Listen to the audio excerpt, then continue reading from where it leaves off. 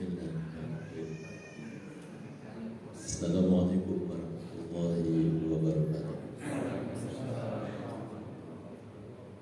Innal hamdalillah nahmaduhu wa nasta'inuhu wa nastaghfiruh wa na'udzu billahi min shururi anfusina wa min sayyiati a'malina. Man yahdihillahu fala mudilla lahu wa man yudlil fala hadiya lahu. Asyhadu an la ilaha illallah wahdahu la syarika lah wa asyhadu anna Muhammadan abduhu wa rasuluhu la nabiyya ba'dah. Sallallahu wa sallam alaihi wa ala alihi wa sahbihi ajma'in wa ba'd. Bapak Ibu, Bapak Ibu, jemaah salat Maghrib Masjid Al-Falah yang dirahmati Allah, majelis ilmu yang mulia. Bersyukur kepada Allah atas segala nikmat dan anugerah kepada kita tiada putusnya. Nikmat iman, Islam, nikmat kesehatan, nikmat umur, nikmat kita masih bernafas. Dengan nikmat pula semuanya kita tidak putus dan juga selalu bersyukur kepada Allah, baik dalam hati lisan ataupun perbuatan yang nyata. Dan sekalian kita pada malam hari ini, majelis ini juga salah satu bentuk kesyukuran kita kepada Allah. Salawat dan salam kita limpahkan pada junjungan Nabi yang mulia Muhammad sallallahu alaihi wasallam serta para sahabatnya, para tabi'in ila yaumiddin.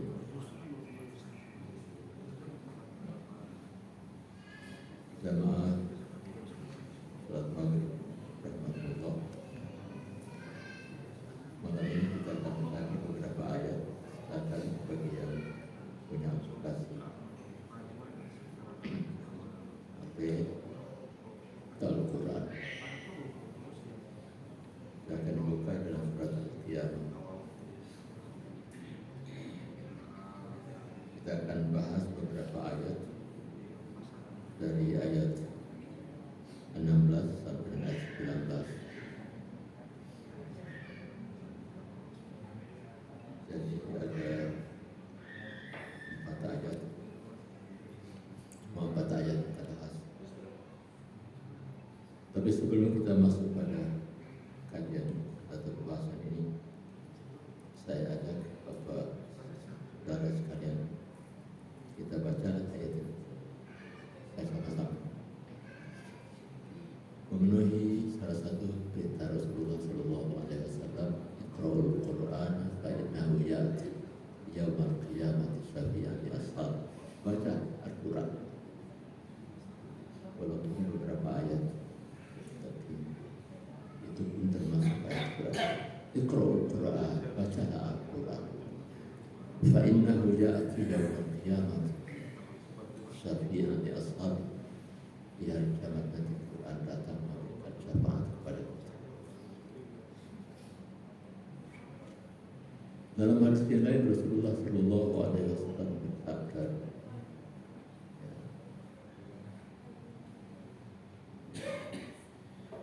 aku tidak mengatakan alif lam mim harfun, la aqulu alif lam mim harf. Tapi alif harfun, lam harfun, mim harfun. Setiap huruf hijaiyah yang kita lafadzkan itu dinilai oleh Allah Subhanahu wa taala satu kebajikan. Dan setiap kebajikan, satu kebajikan itu dilipat gandakan dari 10 kali lipat. Maka dengan membaca Al-Quran walaupun hanya satu kalimat Bismillahirrahmanirrahim, itu ada 19 huruf hijaiyah. Itulah Al-Quran. Dan kita malam hari ini akan membahas tentang Al-Quran yang hari-hari belakangan dihujat dibakar. Yang terakhir Syekh, kalau saya dipanggil Syekh Panji Gumilang,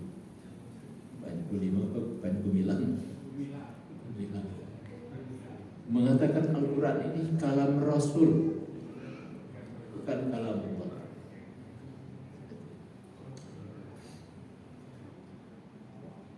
Dalilnya apa dia? Dzalikal kitab la raiba fihi hudal lil muttaqin. Itu Alkitab. Yang mengatakan itu Alkitab siapa? Kan Rasulullah. Kalam Rasul. Quran ini kalam Nabi. Rasulullah membaca wahyu Allah.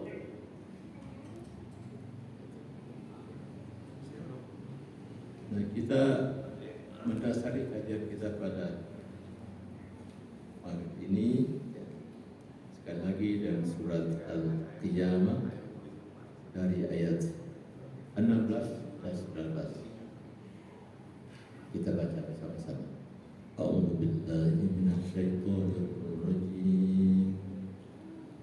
Bismillahirrahmanirrahim.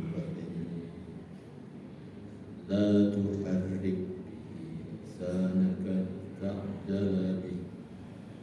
Inna 'alaina jam'ahu wa qur'ana fa idza qara'nahu fattabi' qur'ana thumma inna 'alaina bayana.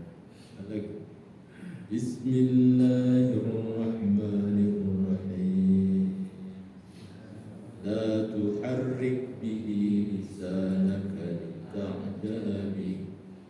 Inna 'alaina jam'ahu wa qur'ana fa idza qara'nahu fattabi' qur'ana thumma inna 'alaina bayana.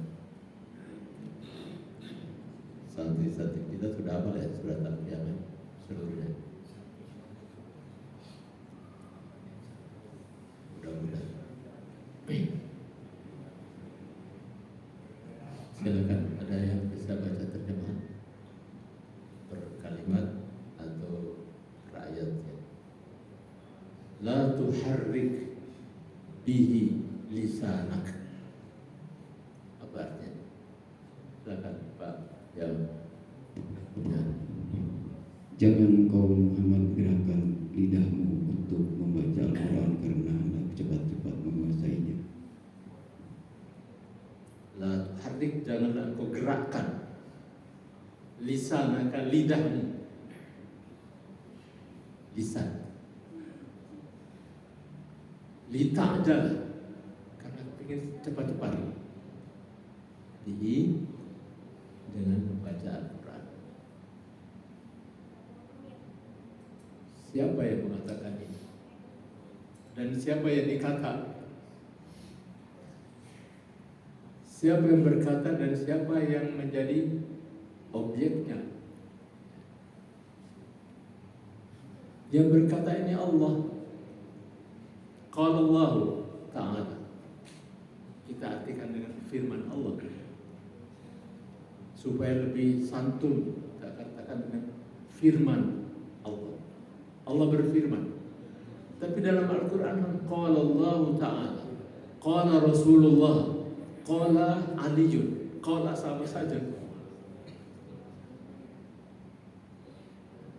Mungkin salah satunya dari situ. Qala kan artinya berkata. Allah berfirman ditujukan kepada Rasulullah Sallallahu Alaihi Wasallam, jangan kau gerakkan tuharrik lisanaka, lidahmu, karena ingin cepat membacanya.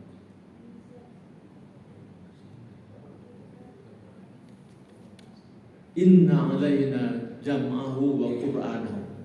Ya? Sesungguhnya kami yang akan mengumpulkannya di dadamu dan membacakannya. Inna alaina, sesungguhnya atas kami, Sesungguhnya kami jam'ahu mengumpulkannya. Mengumpulkan apa? Al-Quran, ayat-ayatnya. Wa Qur'anahu, dan kami bagaimana kata? Bacanya. Wa Qur'anahu. Suaranya itu enggak gaul, jadi enggak jelas kedengaran. Yang terakhir, inna alaina jam'ahu, jama', salat berjamaah, salat berkumpul. Kita salat tidak sendiri tapi berjamaah. Jam'ahu, kami kumpulkan. Wa Qur'anahu, Quran, tapi diartikan tadi dengan membacakan. Fa idza qara'nahu fattabi' Qur'anahu.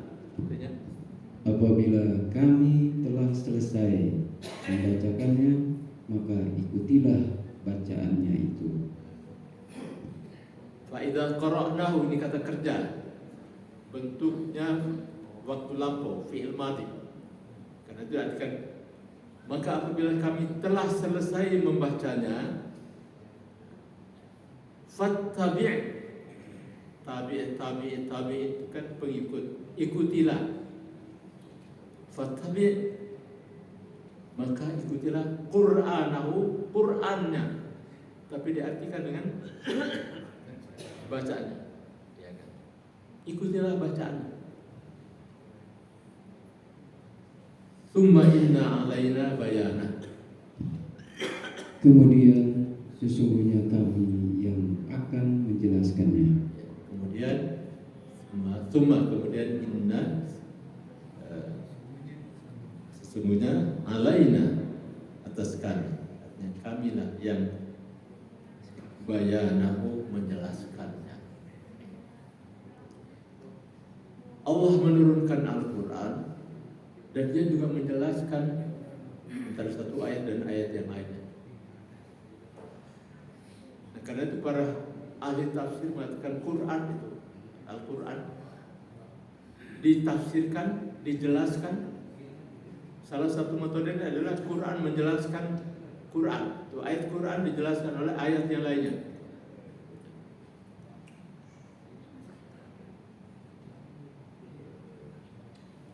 Atau ayat Quran dijelaskan oleh hadis Rasulullah Shallallahu Alaihi Wasallam.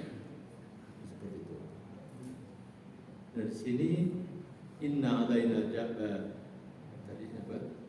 Summa inna alaina bayanahu, kemudian kamilah yang menjelaskannya.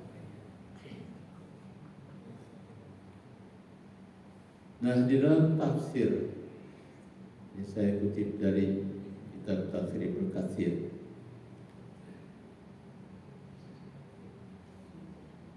Imam Ibnu Katsir rahimahullah dalam kitab tafsirnya menjabarkan 4 ayat ini. Hadza ta'limun min Allah azza wa jalla li rasuli. Ta'lim, ini pembelajaran. Ini satu pembelajaran dari Allah Subhanahu wa taala kepada Rasulullah sallallahu alaihi wasallam. Allah mengajarkan kepada Rasulullah sallallahu alaihi wasallam tentang bagaimana cara membaca Al-Qur'an. Ya, fi kaifiyati, disebutkan fi kaifiyati talaqihi al-wahyu, tentang bagaimana dia menerima wahyu dari Allah Subhanahu wa taala. Fi kaifiyati talaqihi al-wahyu minal malak, tapi dari malaikat Jibril alaihissalam. Malaikat sini maksudkan. Fa innahu kana yubadiru ila akhdihi, karena Rasulullah sallallahu alaihi wasallam ketika mendengar malaikat Jibril membacakan ini, dia cepat-cepat menirunya, mengucapkannya itu. Karena takut lupa. dalam tafsir seperti itu. Bahkan wa yusabiqul malak fi qiraati. Seperti ini misalnya. La tuharrik misalnya. La uqsimu biyaumil qiyamah wa la uqsimu bin nafsil lawwam. Misalnya seperti itu. Rasulullah SAW meniru atau mengikuti bacaan malaikat Jibril alaihissalam. Kadang-kadang dia lebih cepat daripada malaikat Jibril. Jadi ketika malaikat Jibril menyampaikan wahyu Allah kepada Rasulullah SAW, seperti Iqra bismi rabbikal ladzi khalaq, itu juga. Jadi dia disuruh baca, ma ana biqari, kata Rasul, apa yang aku baca, bukan apa yang aku baca. Saya tidak bisa membaca karena dia dikenal dan ummi, tidak bisa membaca. Ma ana biqari, bukan apa yang aku baca. Kalau dia sudah bisa membaca, tentu lafaznya lain lagi. Ayyu syai'in aqra'u, apa yang aku baca.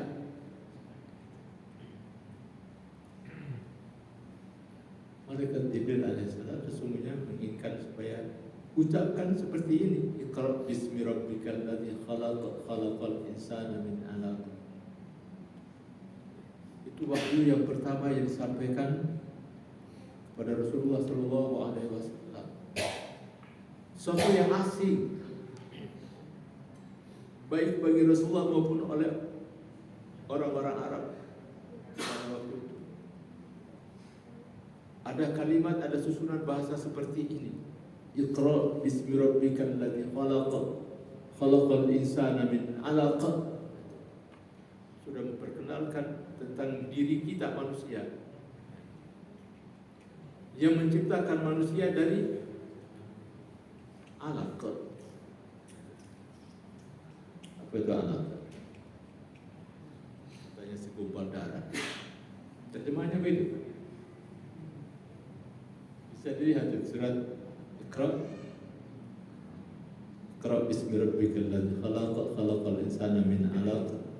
Terjemahnya apa? Yang menciptakan manusia, khalaqal insana, yang menciptakan manusia min 'alaq. Apa itu terjemahnya? Segumpal darah. Dokter mengatakan tidak ada satu gumpal. Saya pernah ditanya oleh orang dokter, terjemahan makna sesungguhnya dari alat itu apakah dengan gumpalan? Saya katakan bukan. Alat itu gantungan.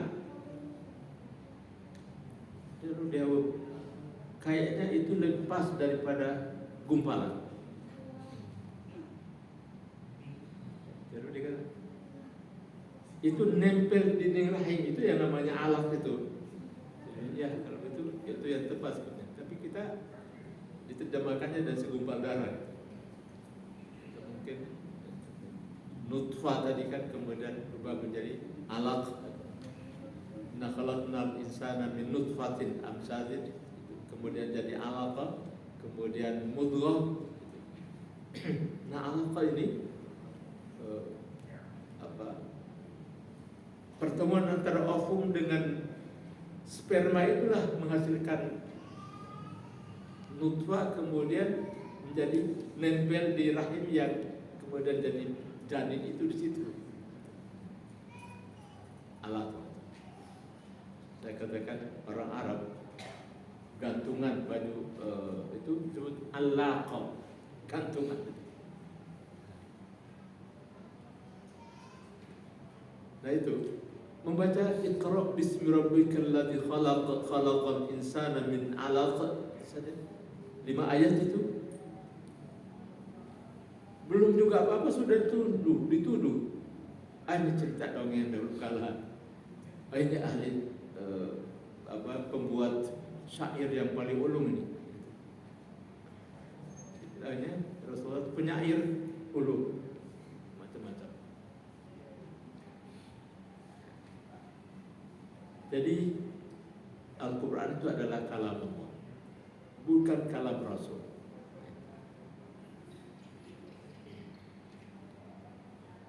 Walaupun itu keluar dari mulut Rasulullah Sallallahu Alaihi Wasallam, tapi susunan kalimatnya beda. Orang Arab, orang yang faham bahasa Arab, itu artinya rasa. Rasa bahasanya juga tidak sama dengan hadis-hadis Rasulullah Sallallahu Alaihi Wasallam. Diucapkan dari mulut Rasulullah, tapi yang satu adalah wahyu Allah, yang ini adalah hadis. Yang satu adalah Al-Quran dan yang satu adalah hadis. Quran dan hadis itu semuanya wahyu Allah, gitu ya. Hanya bedanya, karena itu para ulama mendefinisikan Al-Quran itu dengan kalamullah al-munazzalu minallah, kalam Allah yang diturunkan, kalamullah al-munazzal ala Muhammad, kalam Allah yang diturunkan kepada Muhammad sallallahu alaihi wasallam. Banyak definisinya, tapi yang singkatnya seperti itu. Kalamullah al-munazzal ala Muhammad al-muta'abbadu bitilawati, yang menjadi ibadah ketika membacanya. Yang tadi hadis Rasulullah mengatakan setiap huruf hijaiyah ini tulis satu kebaikan. Membaca terjemahnya bukan Al-Quran. Tadi seperti yang dibacakan itu.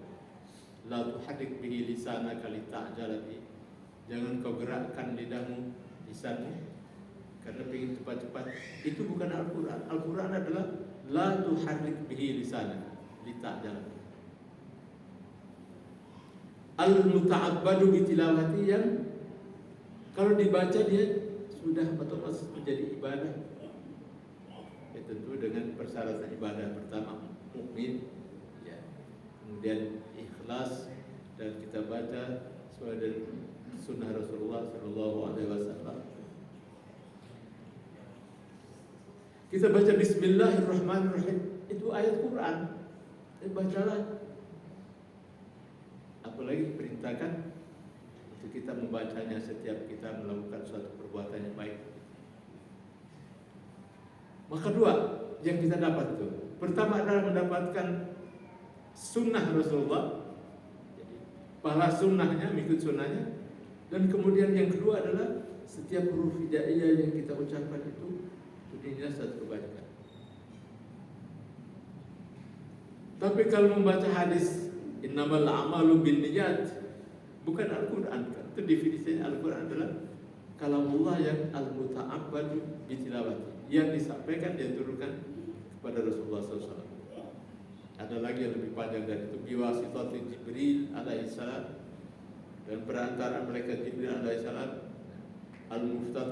al-muftatahatu bil Fatihah wal muftatamatu bil suratin Nas. Al-Quran adalah kalam Allah yang disampaikan oleh malaikat Jibril alaihissalam kepada Rasulullah Sallallahu Alaihi Wasallam.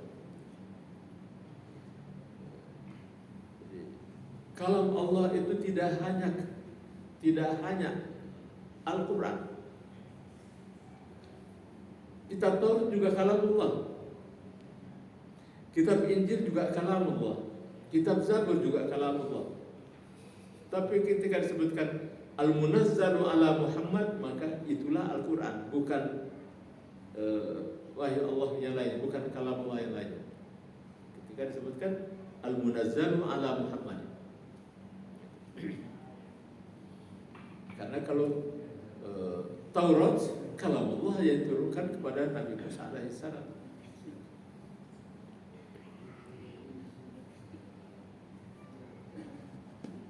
Lalu kemudian kalau ada yang mengaku bahwa dia mendapat wahyu dari Allah, ada juga kan ya?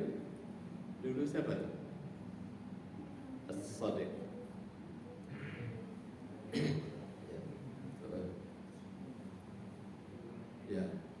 Jadi Al-Quran ini sudah.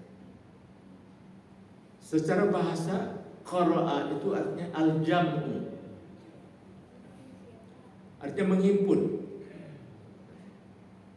Al-Quran tadi kan diartikan jangan membaca Quran. Kata kerjanya adalah qara'a. Fi'il amarnya perintahnya di iqra. Qara'a membaca. Siapa dia? Iqra, bacalah engkau. Iqra'ul Quran itu perintahnya ditujukan kepada banyak orang. Secara bahasa artinya menghimpun, mengumpulkan. Kenapa?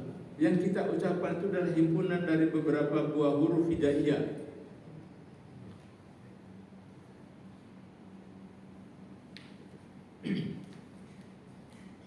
Itu secara bahasa. Yang kemudian para ulama mengatakan, kenapa kitab Allah yang diturunkan kepada Nabi kita Muhammad SAW disebutkan dengan Al-Quran? Tadi secara bahasa dia adalah menghimpun. Tasmiyatu hadzal kitab Qur'anan min baini kutubillah. Jadi para ulama mengatakan kitab Allah yang namanya kitab Allah Al-Quran itu disebut Al-Quran jika dibandingkan kitab lain, likaunihi jami'an li samrati kutubi, karena Al-Quran itu menghimpun semua kitab-kitab terdahulu yang diturunkan kepada nabi-nabi yang lain, ada di dalam Al-Quran. Bahkan yang sudah diselewengkan diperbaiki, disalahkan dulu, baru dibetulkan. Itu ayat-ayat yang mengkritik misalnya peribadatan atau keyakinan orang-orang Nasrani misalnya, itu kan dengan jelas laqad kafara alladziina qalu innallaha huwal masih ibnu Maryam.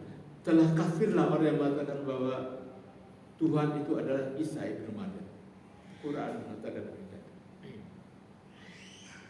Jadi Al-Quran disebutkan Al-Quran karena dia menghimpun semua wahyu Allah yang terkandung dalam kitab-kitab Taurat, Injil, Zabur dan suhuf lainnya. Bahkan dikatakan bal li jam'i samratu jami'il ulum. Bahkan Al-Quran itu menghimpun semua intisari dari ilmu-ilmu apa saja. Al-Quran itu menghimpun semua. Samarah itu artinya buah intisari.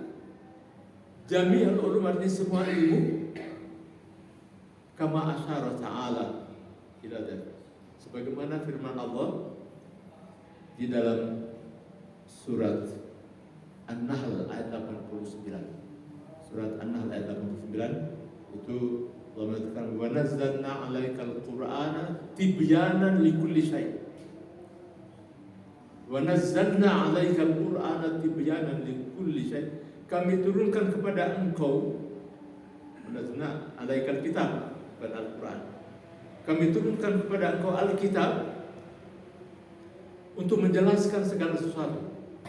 Jadi kalau para ulama mengatakan bahwa Al-Quran itu menghimpun semua ilmu-ilmu, dalilnya adalah surat An-Nahl ayat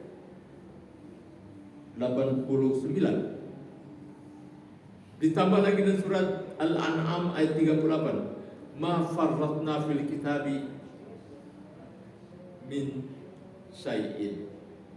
Tidak kami mafarratna, tidak kami lalaikan. Artinya di dalam Al-Quran tidak ada satupun yang tidak terabaikan. Semuanya ada dalam Al-Quran. Nah, seperti itu ada orang yang suka nyeleneh gitu. Kalau semuanya ada dalam Al-Quran, coba tunjukkan dalil tentang membuat membuat tahu tempe, ada nggak? Kan katanya semua ada dalam Al-Quran gitu. Itu yang seru. Coba tunjukkan ayat yang mengatakan bagaimana cara membuat pesawat terbang. Al-Quran mengatakan fas'alu ahla dzikri in kuntum la ta'lamun. Cukup itu untuk menjawab pertanyaan tadi. Tanyakan kepada yang ahlinya kalau kamu tidak tahu. Artinya apa? Quran tidak mesti harus dibahas satu persatu bagaimana cara buat tahu tempe pesawat, tapi cukup dengan siapa yang ahlinya. Karena Rasulullah pun juga ketika datang sahabat bertanya bagaimana cara mengawinkan korma jantan dan betinanya. Antum a'lamu bi umuri dunya. Kamu lebih tahu tentang urusan dunia. Itu kan bisa didapati. Tanya aja kepada petani korma bagaimana cara mengawinkan korma. Enggak usah harus sarjana dulu gitu. Kalau berdagang, tanya aja kepada tukang dagang. Enggak usah nanya yang S1 ilmu ekonomi. Toh dia berdagang juga belum tentu bisa maju seperti pedagang yang tidak punya ilmu kita itu kan. Karena dia sudah ahli gitu. Nah itu Al-Quran menghimpun segala ilmu dan tidak harus merinci satu-satu. Yang dirinci itu kita lihat yang dirinci itu masalah-masalah kehidupan rumah tangga itu terinci itu. Warisan lihat separuh, sepertiga, seperempat, seperdelapan itu ada dalam Al-Quran.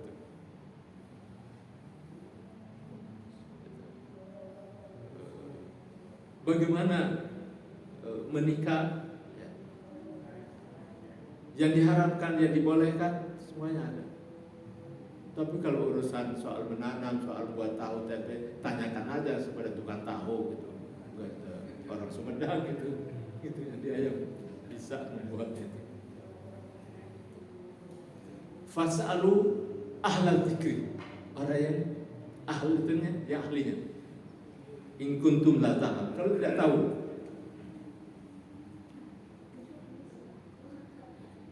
Surat Al-Anbiya ayat 7, fas'alu ahlal dzikri in kuntum la ta'lamun. Nah itulah Al-Quran.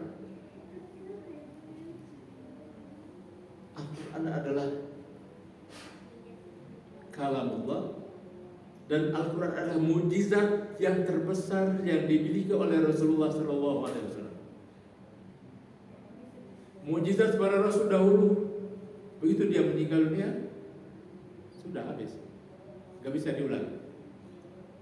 Mukjizatnya Nabi Musa, tongkat laut dibelah jadi jalan tol, seberang dari Mesir ke mana? Ke Sinai. Ya, itu dekat. Laut Merah kan. Nabi Musa. Sekarang apakah ada tongkat siapa yang bisa membelah lautan itu jadi jalan tol?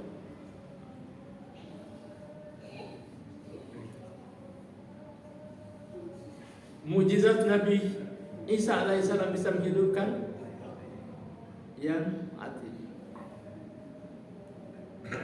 Setelah dia meninggal tidak ada lagi yang bisa melakukan seperti itu. Tapi mukjizat Al-Quran, Rasulullah sudah meninggal dunia, dia menjadi terkait dengan ilmu dalam Al-Quran begitu banyaknya, dan banyak ilmuwan yang masuk Islam hanya karena dia melihat, meneliti ayat Al-Quran. Salah seorang dokter ahli kulit dari mana? Thailand ya? Thailand. Masuk Islam itu karena dia baca ya bahasanya mungkin terjemahannya Quran kan ada terjemahannya dalam bahasa Inggris. Semua bahasa sekarang terjemahannya. Terjemahan tafsir bukan terjemahan Al-Quran. Jadi Al-Quran tidak bisa diterjemahkan. Yang kita baca tadi itu terjemahan tafsir Al-Quran. Karena itu ketika Dzalikal kitabu la raiba fihi hudan lil muttaqin. Bagaimana tafsirnya? Inilah Al-Qur'an. Dzalika itu artinya itu. Alkitab, kitab apa saja? Kata Panji Gumilang, kitab apa saja? Kitab Taurat, kitab Injil. Padahal itu dalam tafsir kitab adalah Al-Qur'an.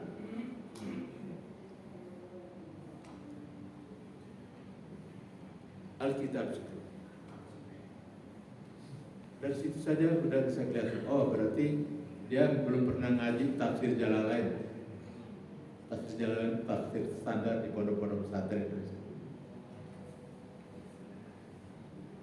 Zalikal kitabu hadzal Qur'an la raiba la syakka.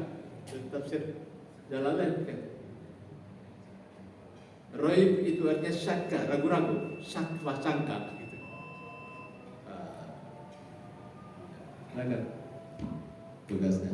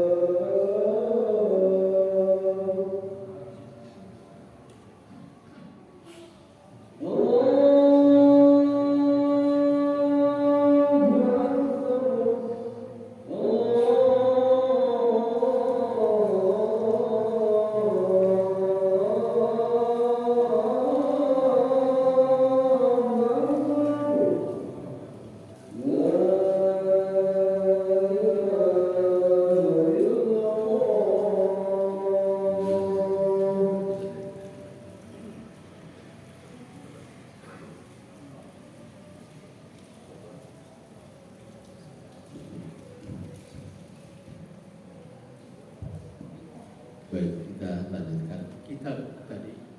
Kenapa diartikan dengan Al-Quran?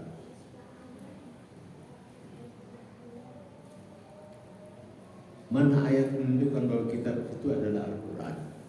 Lihat surat Toha. Toha, ma anzalna alaikal Qur'ana litashqa. Kami tidak turunkan Al-Quran, disebutkan itu Al-Quran. Jadi kitab yang di situ la raiba fi, dzalikal kitab itu Al-Quran yang diturunkan kepada Nabi kita Muhammad sallallahu alaihi wasallam.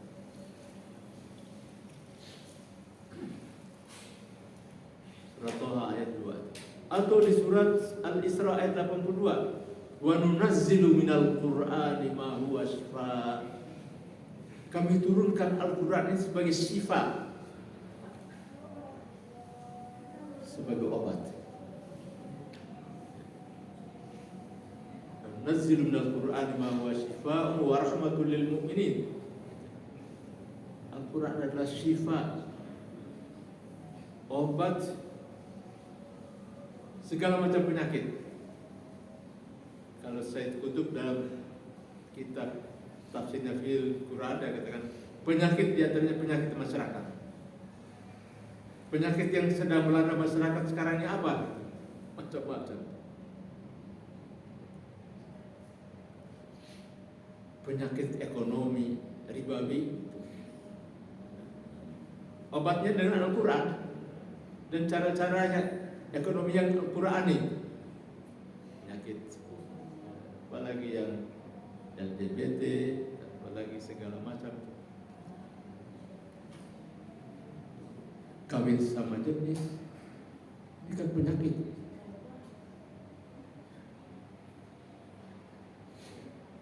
Kawin sama jenis, alhamdulillah.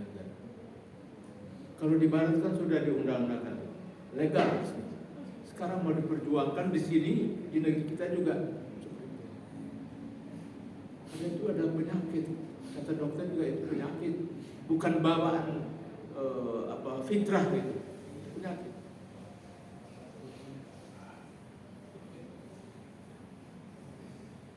Karena itu bertentangan dengan fitrah manusia. Jangankan manusia, hewan juga nggak ada tuh yang kawin dengan sesama jantan. Hewan saja.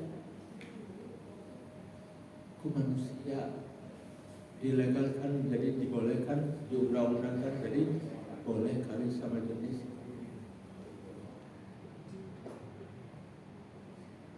Sifatnya adalah yang kembali kepada Al-Quran. Al-Quran itu sebagai mukjizat. Maka mau dibakar, mau diapakan pun juga Al-Quran tetap ada. Sepanjang masih tidak berubah, karena banyak orang yang hafal. Saking mujizat seperti anak umur 6 tahun juga bisa hafal Al-Quran.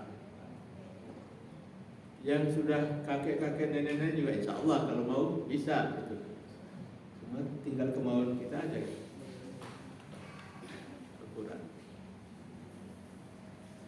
Apalagi dari sisi isinya seperti tadi seorang dokter dan Thailand, dokter ahli kulit, ketika dia baca kullama nadijat juluduhu badalna juludan ghairah, kita tentang orang-orang di azab neraka. Setiap kali kulitnya itu hangus terbakar, kami ganti dengan kulit yang baru. Kalau dia menemukan bahwa kulit kita kalau sudah kebakar sudah tidak terasa lagi kalau kena ini, karena yang terasa sakitnya itu kulit ari. Pantas kalau Allah ganti kulitnya ini dengan kulit yang baru supaya terus dia merasakan azab di neraka. Salah satu contoh saja dan Al-Quran sebagai mukjizat.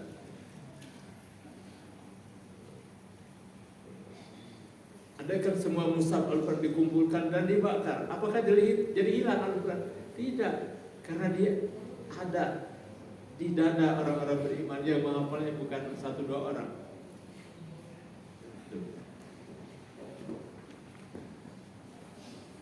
Jadi ayat tadi sebetulnya maknanya sudah diterjemahkan, saya kira sudah kita pahami semua itu.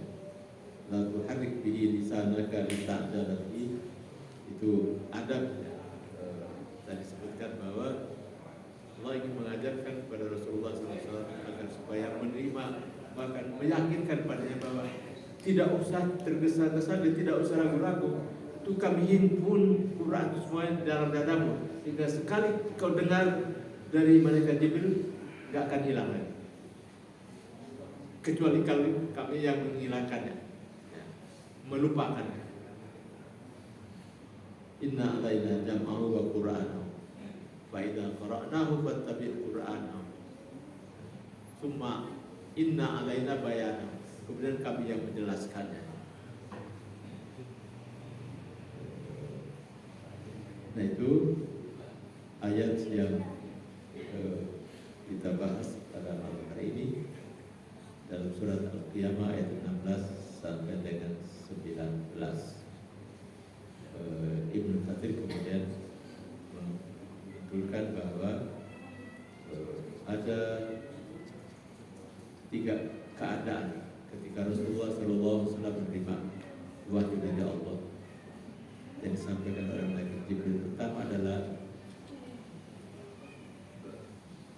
jam'u fi sadri. Jadi oleh Allah di otomatis ketika dia mendengar itu sudah langsung hafal. Jam'u fi sadri artinya sampai ke dadanya. Yang kedua adalah membacanya.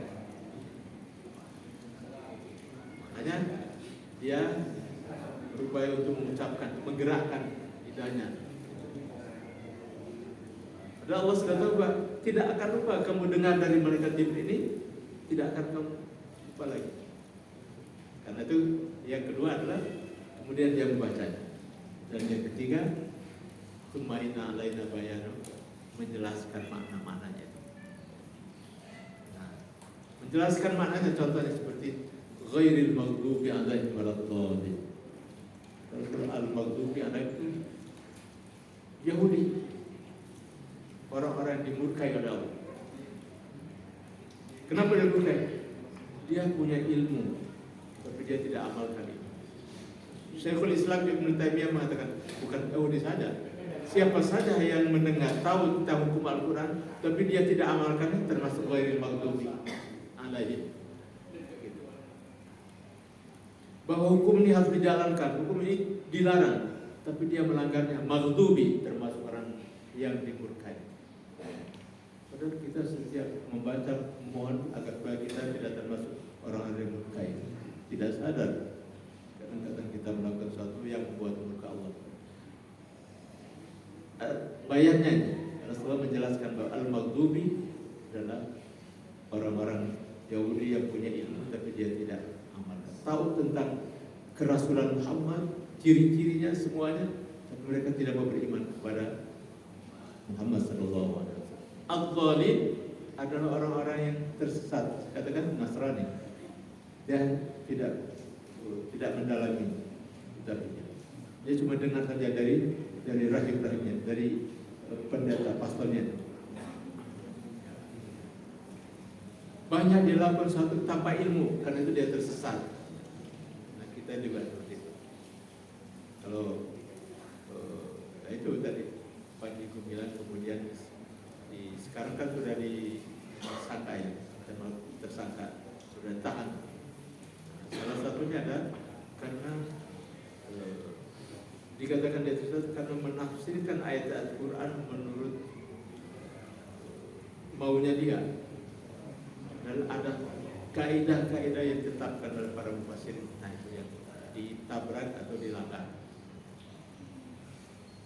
Nah itu fasalu ahla dzikri in kuntum la ta'lamun. Jadi kalau ada hal-hal yang kita tidak tahu, tanyalah kepada yang ahlinya, ahli fikih, ahli tafsir, ahli hadis dan lain sebagainya. Jangan membaca kemudian mencoba memahami menurut kita, nanti bisa salah tadi. Demikian Bapak, Ibu, saudara sekalian, sebelum komat ada yang bertanya?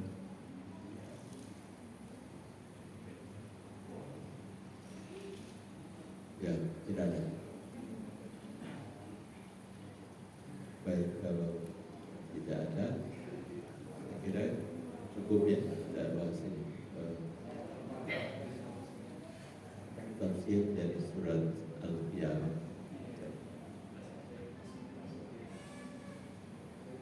Baik, kita